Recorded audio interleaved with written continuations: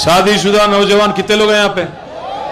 भाइयों, आपके लिए खुशखबरी है, खुशखबरी आपके लिए, खुशखबरी लाया मैं। अरे आपके तो दो शादियां होंगी, चिच्चा आप क्या उठा रहे?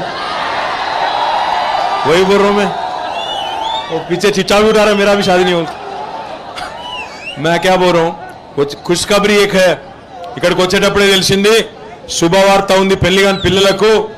రాహుల్ గాంధీ ఆయన కోర్ కమిటీ మీటింగ్ పెట్టిండట, నిర్ణయం తీసుకున్నట కాంగ్రెస్ పార్టీని గెలిపిస్తే పెళ్లిగాని పొట్టగానులందరికీ పిల్లని కూడా ఆయనే చూస్తారంట, లగ్గం కూడా ఆయనే చేస్తారంట।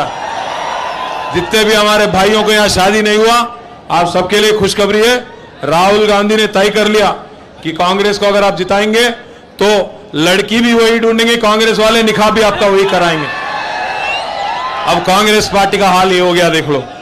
अब हम लोग बोल रहे हैं कि यहाँ के रोड सुधारेंगे, पानी की व्यवस्था ठीक करेंगे, मेट्रो ठीक करेंगे, पार्क अच्छा करेंगे, आपको महफूज रखेंगे। ये हम कहते हैं, वो लोग कहते हैं, कुछ भी कहेंगे वो लोग, तो अब उनका क्या उनका।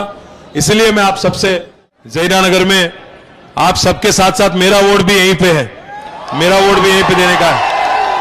सो मैं भी यहीं का वोटर हूं, मैं भी अपना वोट नागेंद्र साहब को ही दे रहा हूं। इकड़े वेंकटेश्वर कॉलोनी लो ना वोट కూడా ఉన్నది। मैं आप सबको इसलिए आप तमाम भाइयों से बहनों से मैं गुजारिश करता हूं, केसीआर साहब ने किस कदर पिछले 4.5 साल में आपका खिदमत किया, किस कदर हमारे भाइयों की बहनों की, खास गरीब जो भी हो, कोई भी मजहब का हो, मुसलमान हो, हिंदू हो, ईसाई हो, सिख हो, जैन हो, जो भी हो, हर किसी का खिदमत करने की कोशिश केसीआर साहब ने किया। हर किसी को खुश रखने की कोशिश केसीआर साहब ने किया। आप सबसे मैं एक गुजारिश करता हूं, मैं हैदराबाद में यहीं पे, भाई थोड़ा रोक के रख लो, 7 तारीख तक, बाद में देख लेंगे फिर अपन।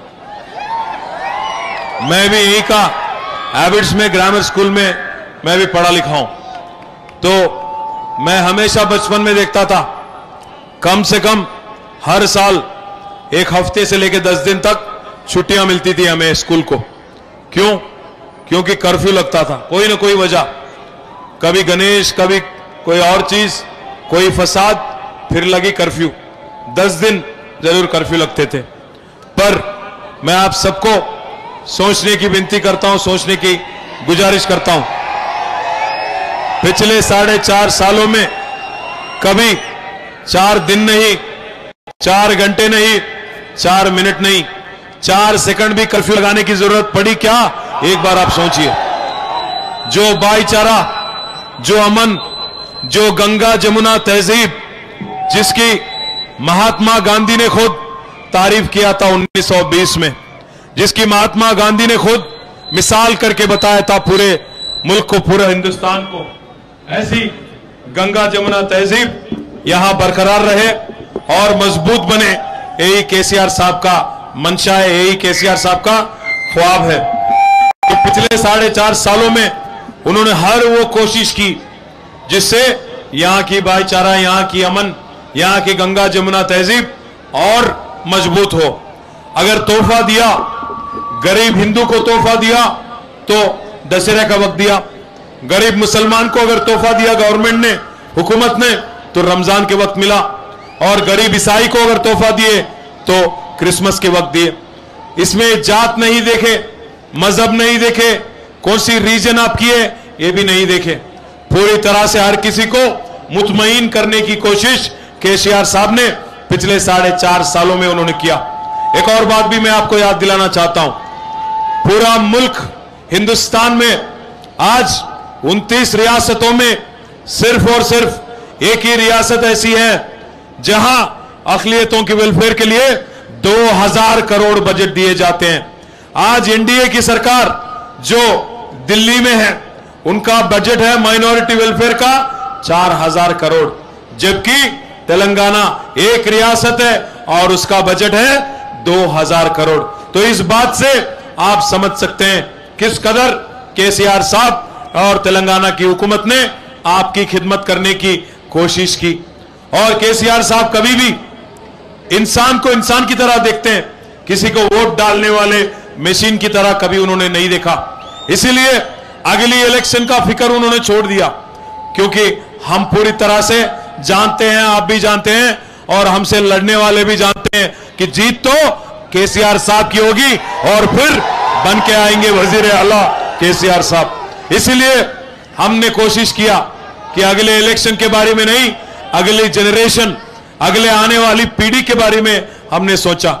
केसीआर साहब ये जान गए, ये मानते हैं कि हमारी आने वाली पीढ़ी, हमारे बच्चों की ताकत तालीम में है।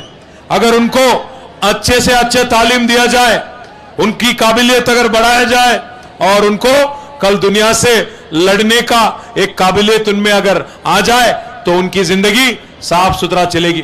इसलिए केसीआर साहब ने 206 रेसिडेंशियल स्कूल चालू किए, जिसमें आज 60,000 से ज्यादा बच्चियां और बच्चे वहां पढ़ते हैं, जहां पे एक एक बच्ची पे 1,20,000 रुपया खर्च किया जाता है।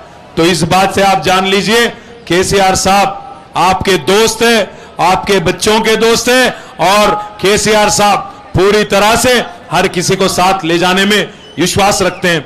कभी मखदूम मोइनुद्दीन ने कहा था, हयात लेके चलो, कायनात लेके चलो, चले तो चलो, सारे जमाने को साथ लेके चलो। केसीआर साहब ऐसे शख्स हैं, केसीआर साहब की ऐसी सेक्युलर जमात है जो हर किसी को साथ ले जाने में विश्वास और यकीन रखती है। इस वास्ते हम आप तब तमाम लोगों से, तमाम हमारे भाइयों से, बहनों से गुजारिश करते हैं, ऐसे सेक्युलर जमात को, ऐसे सेक्युलर लीडर को और मजबूत करना, महफूज रखना हमारी जिम्मेदारी है। आज कुछ लोग हम पे इल्जामात लगाने की कोशिश कर रहे हैं कि मोदी हमारा दोस्त है। भाइयों, मैं आपको याद दिलाना चाहता हूं, मोदी साहब की खुद की मीटर डाउन है, उनसे